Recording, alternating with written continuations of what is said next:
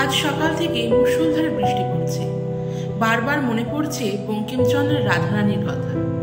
এমনই এক বর্ষণমুখর সন্ধ্যায় রাধারানী খোঁজ পেয়েছিল রাজা দেবেন্দ্র নারায়ণের। অবশ্য তিনি রূপকিনী কুমারের ছদ্মনামে নিজের পরিচয় দিয়েছিলেন। পিতৃহীনা রাধারানী বড় মানুষের মেয়ে হলেও ভাগ্যের ফেরে তাকে দিন যাপন করতে হতো দারিদ্র্যের সাথে। ঘরে অসুস্থ মা ছাড়া আর কেউ ছিল না। সেই মায়ের জন্য পথ্যের জোগাড় করতে বনফুল দিয়ে মালা গেঁথে রাধারানী গেল রথের মেলায় বেচতে। কিন্তু প্রবল বৃষ্টিতে মেলা গেল ভেঙে, কেউ তার মালা কিনল না। অন্ধকারের মধ্যে বাড়ি ফেরার পথে পরিচয় হলো রূপকিনী কুমারের সাথে।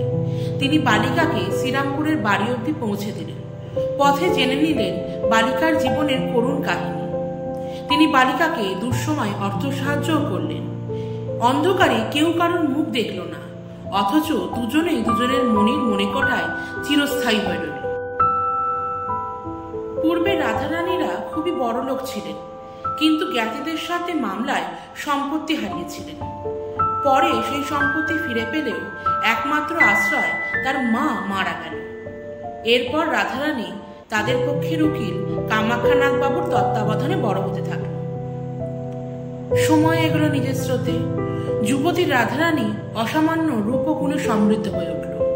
কামাখ্যানাথ বাবু তার বিয়ের জন্য সচেষ্ট হলে সখী বসন্ত কুমারী জানালো রাধারানীর মনে বিরাজ করছে রূপকিনী কুমার।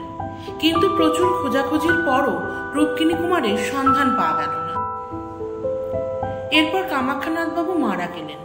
রাধারানী নিজ গ্রাম রাজপুরে ফিরে এসে বসবাস শুরু করল।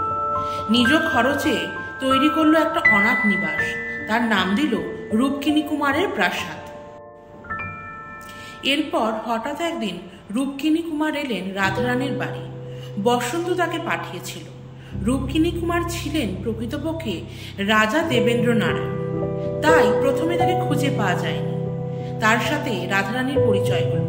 কথায় কথায় একে অপরে জানলেন নিজেদের প্রণয়ের কথা। শুভ দিনে শুভ পরিণয় হল। ব্যাস, এখানেই গল্পের মধুরেণ সমাপয়েত। গল্পটা কেমন লাগলো অবশ্যই জানিও, আর ভালো লাগলে লাইক, শেয়ার আর কমেন্ট করো। সাথে থেকো, আবার আসবো নতুন গল্প।